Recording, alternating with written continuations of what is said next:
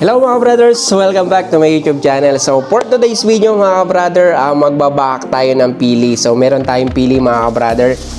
Ito yung ating pili, fresh from Bicol. So matagal na natin itong mga brother na bili nung umuwi tayo ng Bicol. So ngayon lang natin siya mabubuksan kasi wala tayong time mga brother. Tapos lulutuin natin to. So ito yung pili nut from Bicol. So binili natin to sa diet mga brother. So ngayon, lulutuin natin. So babakin muna natin mga brother yung ating pili nut. So nalaga na to. So ang gagawin na lang natin mga brother, babakin na lang natin. Tapos kukunin natin yung laman. Tapos lulutuin natin mga brother. Yan. So, bak natin. Excuse me. Excuse me. So ito mga brother, yung pili nut. So nailaga na to. Natanggal na yung balat. Ngayon babakin na lang natin. So, dapat pala konti lang.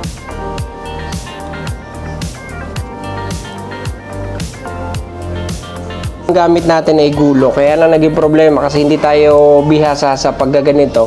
So, napuputol. So, ang gagamit natin mga brother, martilyo na lang para buo siyang makukuha.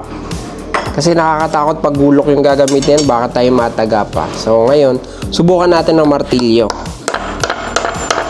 Para yun. So dapat pala alalay lang. So yan mga brother na puputol. So ngayon gagamitin natin alalay lang para hindi mabasag. So hawa tayo ng technique. Sa una kasi medyo mahirap talaga kasi hindi naman tayo sanay maganito. So ngayon alalay lang. Yan. Yung tipong babaakin mo lang siya. Yan o. Nakukuha na siya ng buo mga brother.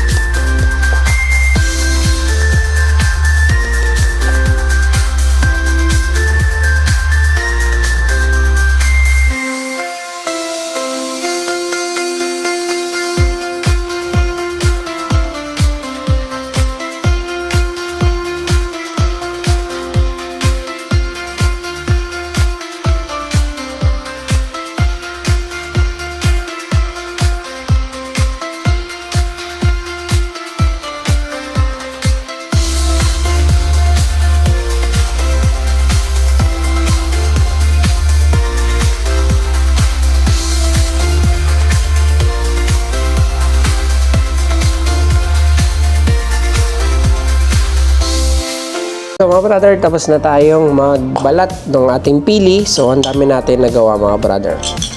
So napakadami nito. Yan. Pili na. So ang dami natin pinagtanggalan, no? Mga brother, oh. Napakadami niyan. So ito na, oh.